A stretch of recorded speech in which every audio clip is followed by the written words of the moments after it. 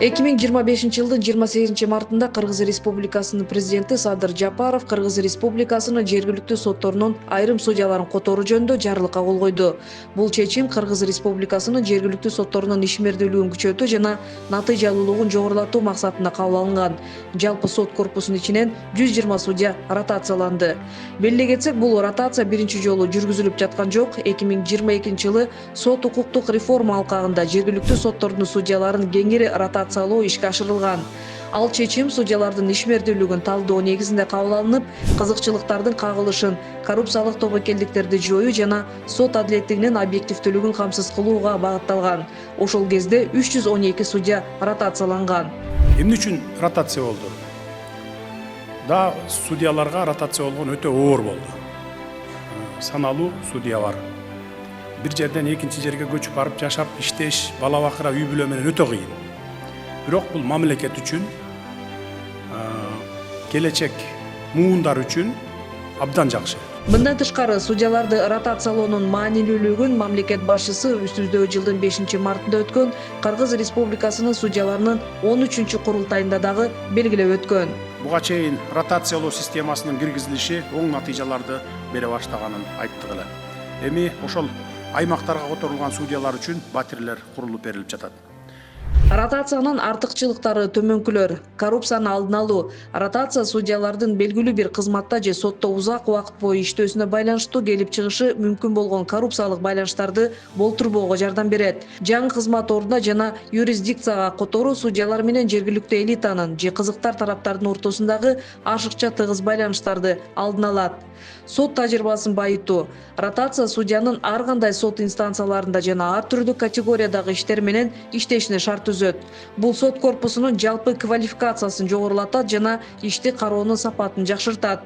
Аймактар аралык ротация. Айрым мамлекеттерде судьялар башка аймактарга которулушу мүмкүн. Бул ыкма өлкө аймагында сот адилеттигинин бирдиктүүлүгүн камсыз кылууга жана соттук тажрыйбаларды аймактык өзгөчөлүктөрдүн таасирин азайтууга өбөлгө түзөт. Негизи ротация 3 жылда бир жол жасалыш керек да.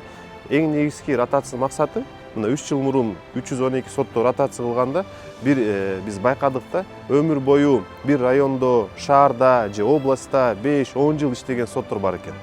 Алар мындай бир ачык эле айткандачы, ошол жерде иштеген укук коргоо органдары менен, прокурорлор менен баары менен биргелешип көнүп калыптыр да, ошол эски адаттар менен, ошол коррупциянын көрүнүштөрү да бар болчу да. Мына ошол 3 жылдан кийин биз көрдүк, бир топ ротация болгон соттор терс көрүнүштөр менен да кармалып кетти да. Бул эмненин белгиси? Бул жерде ички тазалануу процесс болуп жатат да. Ротациянын жыйынтыгы боюнча жогорку соттун төрагасынын буйругуна ылайык жергиликтүү соттордун айрым төрагалары жана төраганын орун басарлары дайындалды. Жалпысынан 35 судья, анын ичинде ротацияланган судьялар дайындоого туш болду. Чүй, Ош, Жалал Абад, Баткен жана Ысык Көл областарынын сотторуна жаңы төрагалар дайындалды. Ошондой эле бир катар шаардык жана райондук соттордун жетекчилери алмашты. Президент максат койду, 120 сот ротация, кайрадан ротация болду, жалпы Кыргызстан боюнча. Менин оюмча бул абдан өзүнүн жакшы жемиштерин көрсөтөт.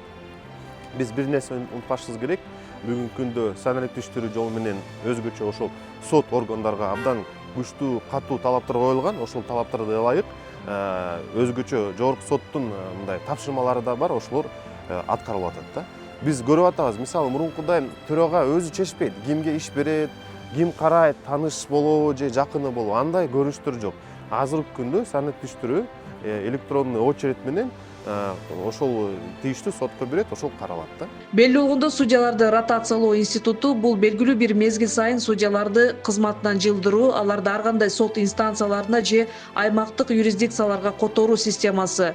Бул механизм сот адилеттигинин сапатын жогорулатуу, судьялардын көз карандысыздыгын бекемдөө жана коррупциялык тобокелдиктерди азайтуу максатында колдонулат.